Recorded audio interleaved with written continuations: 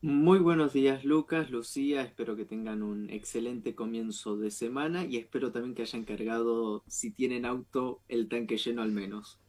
No, los dos vinimos en bicicleta porque estamos ya en el futuro. Claro, Vimos China y dijimos, hay vimos que ir por ahí. que ahora los chinos tienen todos autos y motos y todo, pero en su momento los vietnamitas también, todos en bicicleta. Así que Sí, acá en punto de partida dijimos, vamos a andar en bicicleta. estamos con el ejercicio. Bien, hacen bien. Entonces, Pero no, se vienen esperamos que los el camino aumentos. sea hacia China, al menos por lo menos. Vamos a titular ahí, al estilo placa roja, lo dijo Tadeo, carguen nafta, o no sé ya si subió hoy, ahora chequeemos, pero si no subió hoy, está a horas de subir, ¿no? Bueno, el mercado internacional petrolero tuvo un salto de la noche a la mañana de más de un 30%, siendo creo que está en el récord, si no es junto con la guerra del Golfo, el récord de un día para el otro de aumento más grande de precios del petróleo. Estamos hablando que el barril del Brent del Mar del Norte, es decir, el que cotiza en la City de Londres, ya está arriba de $120 el barril. Recordemos que antes del comienzo de la agresión en contra de Irán, el barril cotizaba alrededor de $70, para que nos demos una idea de la dimensión de la gravedad y de la complicado que está el panorama energético a nivel internacional. Perdón, acá Luz se está fijando, ya subió. No, todavía no, pero bueno, todos están alertando que en las próximas horas, en los próximos días, es inminente que eso tenga una consecuencia en el precio de la nafta acá en Seguramente ya Argentina. se están dando colas y colas en las estaciones de servicio. Ahora, quien pueda también, estamos igualmente a principio de mes, pero está todo súper, súper caro. Una nafta, ahora lo vamos a hablar con Fer Gómez, una nafta dolarizada en un país que podría desdoblar los precios si tuviese una política de planificación energética.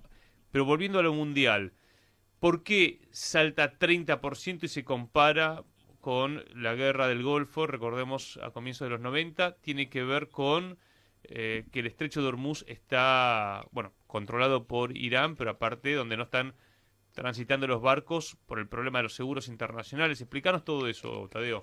Bien, el día miércoles en la agencia PIA Global escribimos un artículo que se llama El mundo todavía no vio nada de las consecuencias de la agresión en contra de Irán. Hasta el miércoles, jueves, viernes de la semana pasada, la situación parecía más bien planchada. Pero ¿qué es lo que cambió?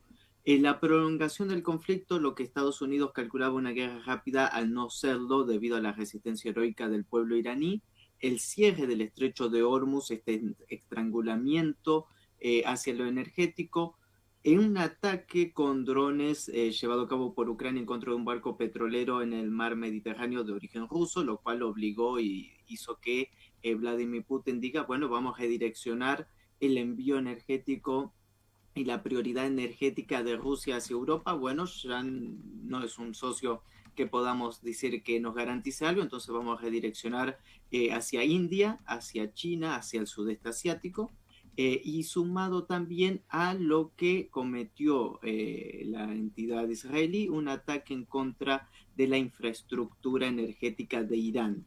Esto terminó por hacer volar todas las térmicas y lo que fue como una respuesta de parte del gobierno iraní, un ataque en contra de la refinería de Haifa, una de las 5 refinerías que tiene Israel. Recordemos que todo el abastecimiento eléctrico que tiene Israel es a bases del procesamiento del gas. Entonces, en medio de todo este escenario y los ataques continuos también por parte de bueno, algunos elementos de la República Islámica de Irán en contra de barcos petroleros de Estados Unidos que tratan de evadir el control sobre el estrecho de Hormuz. Bueno, todo esto hace que el barril del petróleo haya aumentado como aumentó y lo que aquí en Argentina, recién lo escuchábamos al payaso que tenemos que habla de el mercado se regula solo y bla, bla, bla. Bueno, hoy iniciaron las bolsas en rojo en Asia. La bolsa de Tokio cayó más de 6%. Corea del Sur también. Inmediatamente a los primeros 20 minutos de abrir las bolsas de valores, las cerraron para evitar una catástrofe en pérdidas económicas. Y imaginémonos cómo es la situación que el gobierno de Corea del Sur salió a decir que van a poner un tope al precio de combustible, que no se van a tolerar aumentos innecesarios, es decir, la regulación total del Estado en protección del pueblo, mientras todo empiezan a abrir las reservas de petróleo y de gas que tienen los países, que son más o menos, en el caso de Japón, se calcula en 150 días que tienen para autoabastecimiento interno, pero toda esta situación demuestra hacia dónde se está encaminando el mundo en medio de este conflicto que parece que todavía se va a prolongar por un tiempo más. Bien, a ver, tipo clase de geopolítica. Sube el precio del petróleo. ¿Quién se beneficia? En lo que es la conflagración que estamos viendo ahora, Irán le queda bien esto, ¿no? O sea, se fortalece porque tiene es de las mayores reservas de petróleo y de gas a nivel mundial. En línea general, lo que estamos viendo es que hay un duro golpe a donde verdaderamente le duele a Estados Unidos, al ente accionista y a todo el eje occidental, el bolsillo. Ese debe ser el órgano que más le duele cuando suceden estos conflictos, y las pérdidas económicas que se están generando a partir de esto son muchísimas. ¿Quiénes se benefician? Bueno, se calculaba que, por ejemplo, China iba a estar muy complicado con esta situación. Por ahora lo ha regulado bastante bien, tomaron las políticas internas necesarias para contener la situación a mediano y corto plazo. La Federación Rusa es el gran triunfador en todo este escenario. Vemos una situación de desesperación y desolación total en Europa. Si uno ve los rostros de los líderes europeos, es toda una poesía, porque es totalmente catastrófica la situación en la cual se perfila, porque no únicamente estamos hablando de una mayor inflación, cosa que ya se esperaba, pero que ahora va a ser mucho más potenciada, sino que esto lleva a cabo un descontento popular masivo, una pérdida en la capacidad industrial, y bueno, es toda una cadena de perjuicios. Y recordemos que no únicamente es petróleo y gas, sino que estamos hablando de las cadenas de suministro a nivel global. Esto es peor que cuando, se acordarán, aquel buque que quedó encallado en el canal de Suez, o potenciado aún peor que el cierre del Mar Rojo, lo cual también está cerrado, lo cual esto va a ser catastrófico para el comercio marítimo internacional. Por ahora no estamos viendo las consecuencias de esto, debido a que, bueno, las cadenas de suministro son 2, 3 semanas que se mantienen en su línea habitual, pero cuando pase el tiempo y ya no puedan seguir cumpliendo con lo delimitado y con lo pactado y lo programático, esto también va a tener grandes perjuicios en todo lo que es a nivel internacional, incluso mucho peor que lo que fue la pandemia del COVID.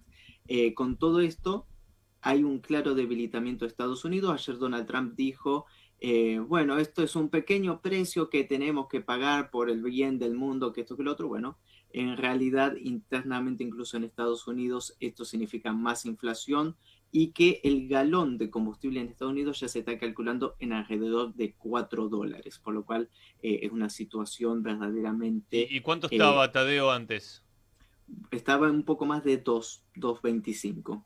Esto es casi el doble del precio del combustible, y con una amenaza de que todavía no hemos visto todo. Se calcula que, de continuar la situación, y si Estados Unidos continúa atacando infraestructura energética y por ende Irán va a contestar de la misma manera, el barril de petróleo podría terminar esta semana o comenzar la semana próxima arriba de los $200, algo que jamás se vio en la historia mundial, y que, bueno, va a representar, creo que lo que también veníamos analizando, lo que significa este conflicto, un reinicio, un reseteo, al menos ahora, del sistema económico internacional, pero también, lógicamente, va a haber un claro antes y después de esta agresión en contra de Irán, lo cual también es un cambio geopolítico a escala global. A ver, historia, Guerra del Golfo, de agosto del 90 a febrero del 91, ¿no?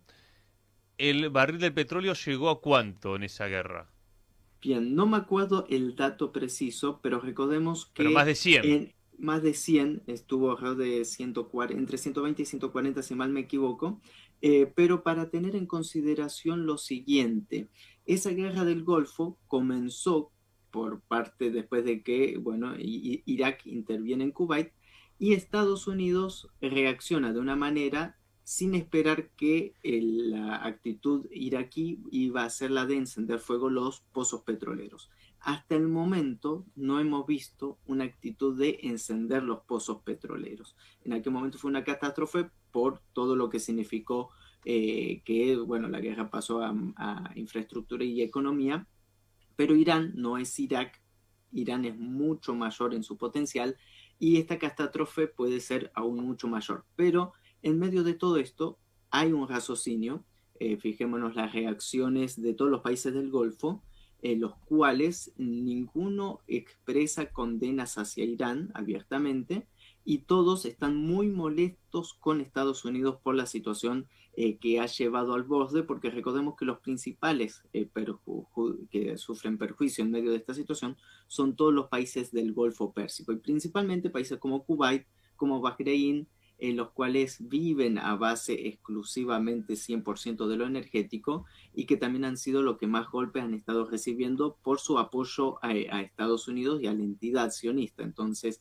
en medio de este escenario también hay gobiernos regionales que están en la cuerda floja y que de prolongarse esto por un tiempo más, hay un cambio de reconfiguración incluso político en la región, por ende la situación sigue escalando y sigue siendo bastante tensa. En el escenario de operaciones vemos un Israel que está sufriendo, ¿no? Los bombardeos.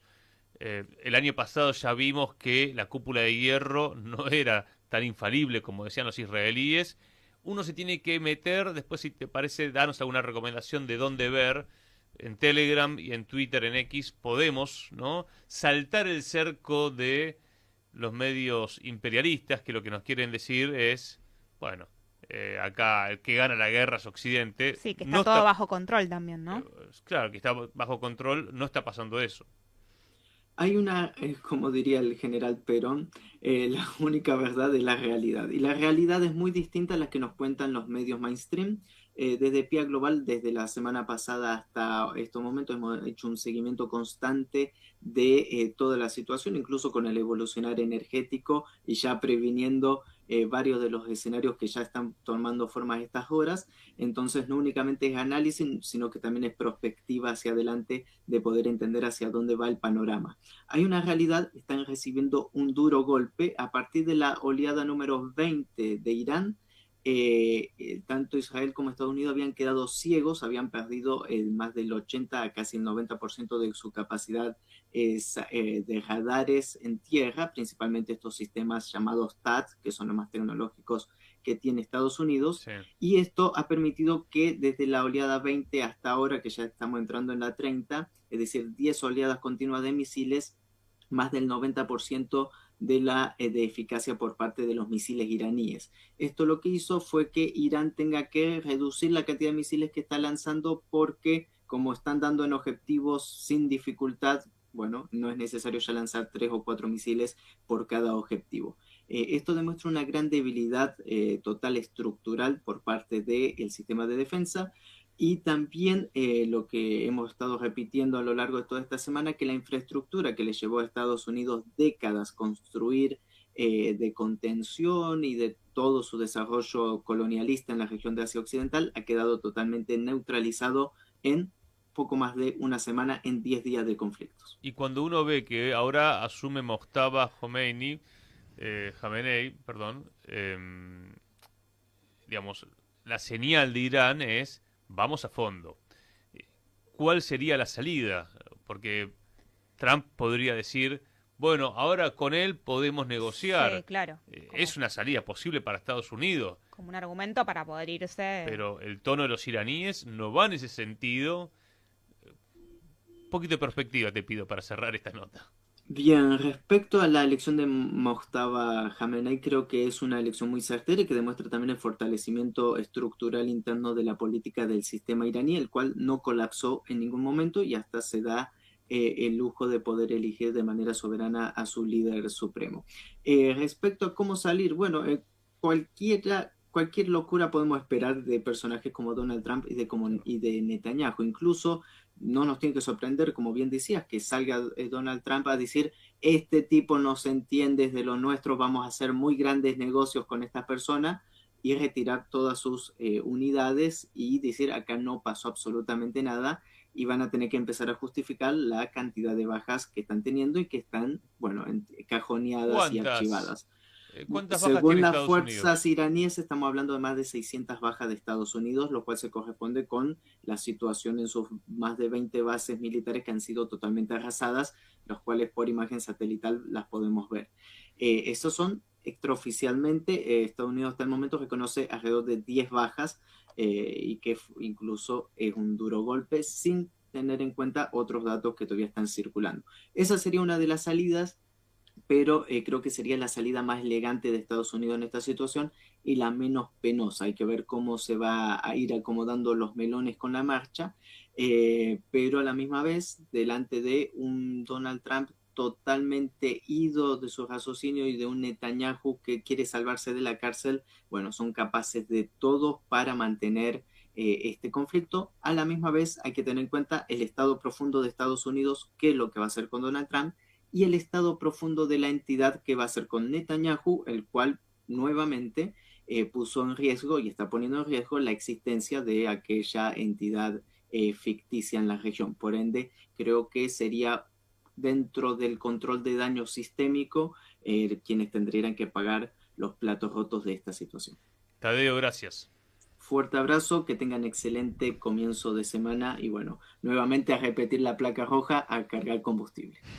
Un Abrazo abrazo. gigante. Fíjate cómo cierra con una recomendación. Sí. Yo me equivoqué.